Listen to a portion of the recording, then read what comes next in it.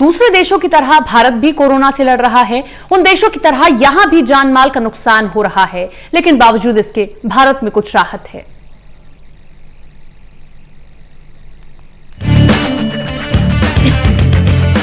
पूरा विश्व इस समय कोरोना नाम की महामारी से जूझ रहा है और लगभग सभी देशों की हालत खराब है। कहीं इस बीमारी से ज्यादा मौतें हुई हैं तो कहीं अर्थव्यवस्था को चौपट कर दिया है और इन सब से भारत भी अछूता नहीं है।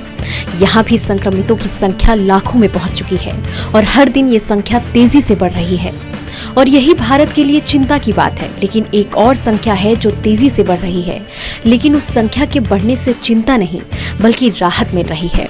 ये संख्या है कोरोना को हराकर अपने घर पहुंचने वाले लोगों की संख्या, जो लगातार बढ़ रही है। दरअसल भारत अगले 5 दिन में एक माइलस्टोन पर पहुंचने की ओर अग्रसर है और अगर ऐसे ही चलता रहा तो रिकवर हुए केसों का आंकड़ा सक्रिय केसों की संख्या को पीछे छोड़ सकता है। 14 मार्च को जब भारत में सिर्फ 100 केस थे तब भारत का रिकवरी रेट 10% था, जो अब बढ़कर कुल केसों के आधे तक पहुंच गया है।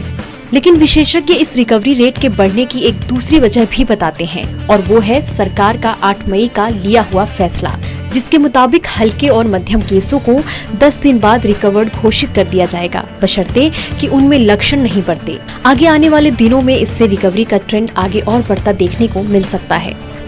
सरकारी डाटा के मुताबिक अब हर दिन भारत में 8,000 नए केस जुड़ रहे हैं और 4,000 मरीज डिस्चार्ज हो रहे हैं। वहीं 200 मौतें रिपोर्ट हो रही हैं। दैनिक नए केसों और दैनिक रिकवरी के बीच का अंतर लगातार कम होता जा रहा है। 20 दिन पहले तक देश में सक्रिय केसों की कुल संख्या कुल रिकवरी की तुलना में दोगुनी थी। अब रिकवरी और सक्रिय केसों की मौजूदा वृद्धि दर को देखें तो रिकवर्ड केसों की संख्या अगले 5 दिन में कुल सक्रिय केसों की संख्या को पीछे छोड़ देगी। हालांकि इससे कुछ नुकसान और सवाल भी उठ रहे हैं। जैसे महाराष्ट्र ने शनिवार को 8,000 से अधिक रिकवरी की घोषणा की। ये पिछले 8 दिनों की मिलाकर हुई रिकवरी की संख्या से ज्यादा है, लेकिन इस अचानक बढ़ी हुई संख्या के लिए कोई ठोस वजह नहीं बताई। बढ़ता हुआ रिकवरी रेट भारत को अधिक आरामदायक स्थिति में रखता है, जहां भारत की तरह केसों की संख्या अभी भी तेजी से बढ़ रही है। अधिक केसों वाले देशों, खास तौर पर वो जहां अब भी केसों की संख्या तेजी से बढ़ रही है, उनके मुकाबले भारत का रिकवरी रेट ऊंचा है।